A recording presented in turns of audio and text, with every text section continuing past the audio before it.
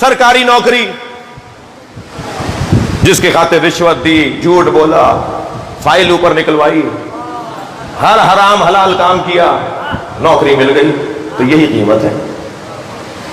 इसका मकसद है जिंदगी, यही नौकरी है।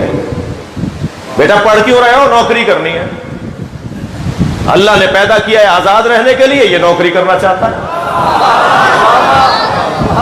कारोबार क्यों नहीं करते?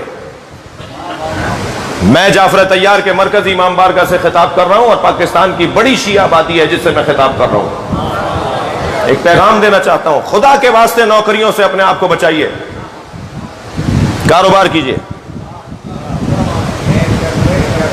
जी, कारोबार कीजिए, जीरो से शुरू हो जी। छोटी छोटी चीजों से काम शुरू करें, घर में काम शुरू करें और बरकत अल्लाह देगा। पहले दिन से नियत करें कि जब भी मेरी आमदनी मेरी खर्चे से ज्यादा होगी तो मैं बचत पर खुम्स निकालूंगा, और कोई परेशानी की बात नहीं है, किसी मुल्ला मौलवी को, किसी मौलाना को नहीं दीजिएगा खुम्स।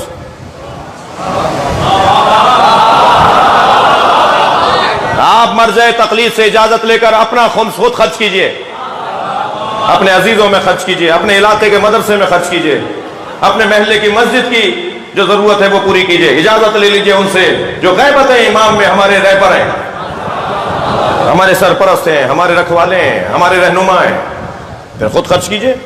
और अगर किसी आलिम पर, किसी इदारे पर, मरकजी इमाम बारगाह पर, हसनैन मस्जिद पर, इमामिया मस्जिद पर, किसी पर भी आपको यकीन है और एतमाद है कि यहां हिसाब किताब सीधा है, तो दे दीजिए वहां जी। लिहाजा पहले दिन से नियत करें, मैं आपको आज इमाम सज्जाद की कसम खा के कह रहा हूं,